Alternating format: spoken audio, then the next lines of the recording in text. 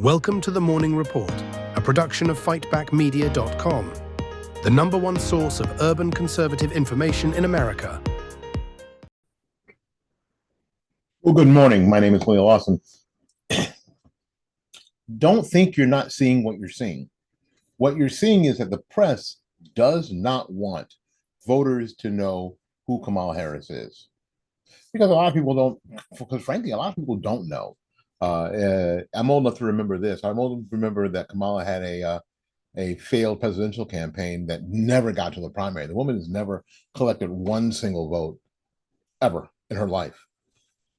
And was sort of selected to be Joe Biden's vice presidential pick because she was suddenly, amazingly, now a Black woman, or at least a woman of color. after Joe Biden, said that he would select a woman to be his VP pick, and there was Kamala Harris. So I don't know whether she was his pick. I'm guessing not. But there she was. And after a failed presidential campaign, there they are. Hoping that she would be able to draw Black women votes. This is the disrespect they have for Black women because they thought just simply by having a Black woman in that spot, that would be enough. And this is what the same okey doke they're trying to do now. They do not want you to know who Kamala Harris is. So, of course, following the dramatic reveal of Joe Biden's age-related decline on the national debate stage, we saw that happen. Everybody saw that happen in real time. There was a brief period of self-examination among the press on whether they asked themselves whether regurgitating Democrats' credulous and self-serving narrative was the best interest in the American people. The only lasted about a week. And it was purely insincere. So now we're 3 weeks from the press hounding Biden out of office because they looked like fools while defending years of video clips of him stumbling around on international stage, non-compos mentis, and with no remorse or self-awareness. The media are already back to doing everything they can do to serve the Democrats' narrative. So what this means in practice is that, unlike the traditional presidential campaign, there has been virtually no discussion of actual issues such as the economy, immigration, education, taxes, healthcare, foreign policy, and on and on and on. The last 4 years have been pretty disastrous. As a result, if this campaign becomes about issues and what's happened under the Biden-Harris presidency, Trump is going to benefit greatly from that discussion. So the press won't let that happen. Kamala Harris could not survive the scrutiny of a real presidential campaign, and the media knows this. They figure they can skate by with 3 months of embarrassingly puffy coverage and fool just enough voters to talk about vibes and the joyful campaigning, because vibes are all that the Harris campaign has. The Harris Waltz record is indefensible. There's a reason their website has 7 donation buttons, but no web page dedicated to issues. Again, it's also worth noting how crazy and disturbing the recent events have been.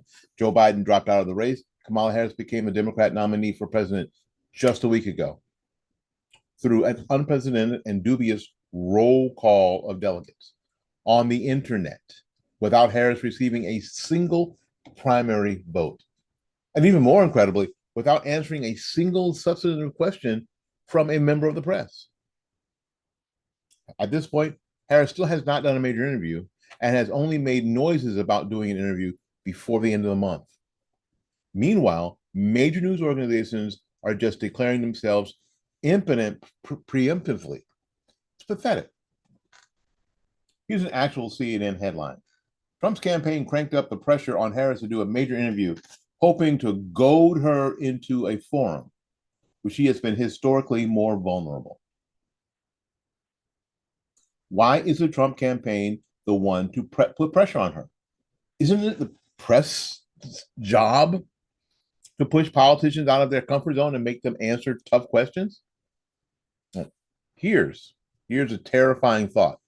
If Harris is historically vulnerable to doing something that is as basic as giving a press conference, should voters trust her to negotiate with hostile foreign leaders? Can she just joy her way and vibe her way past Vladimir Putin? Really?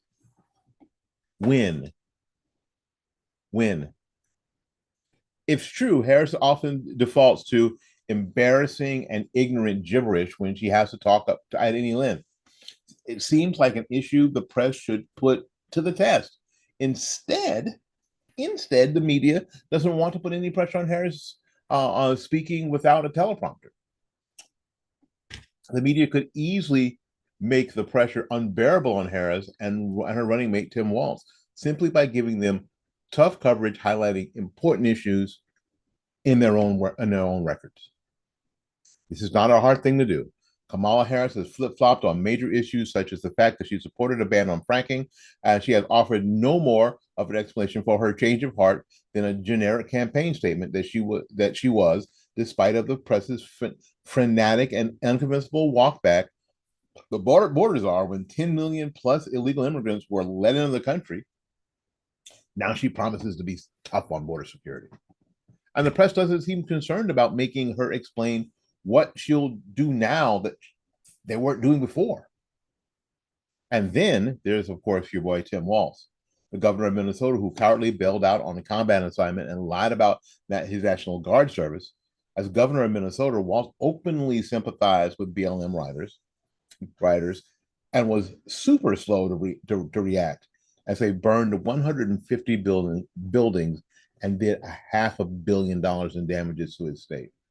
He presided over a huge spike in murder and major educational failures in Minnesota and is generally a progressive radical.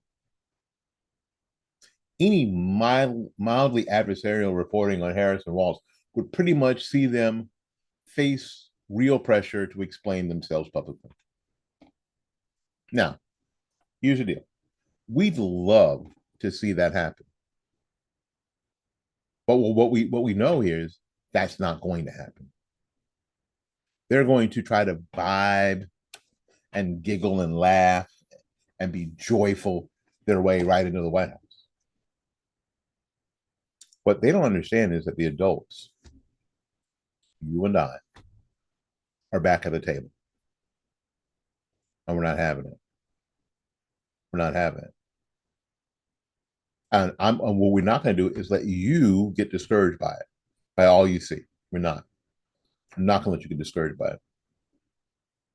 I'm going to pick you up by the scruff of your neck and say, stand up. Stand the hell up. Say no. Organize people to vote. You know what? Early vote, if you have early vote. Let's do it. Let's not fall into the same patterns. Well, if we early, if we don't early vote, they'll be able to know how many votes they need. Early vote. If you have to absentee ballot, then absentee ballot. If we have to organize campaigns to go out there and knock on doors and do ballot harvesting legally, then just do ballot harvesting legally.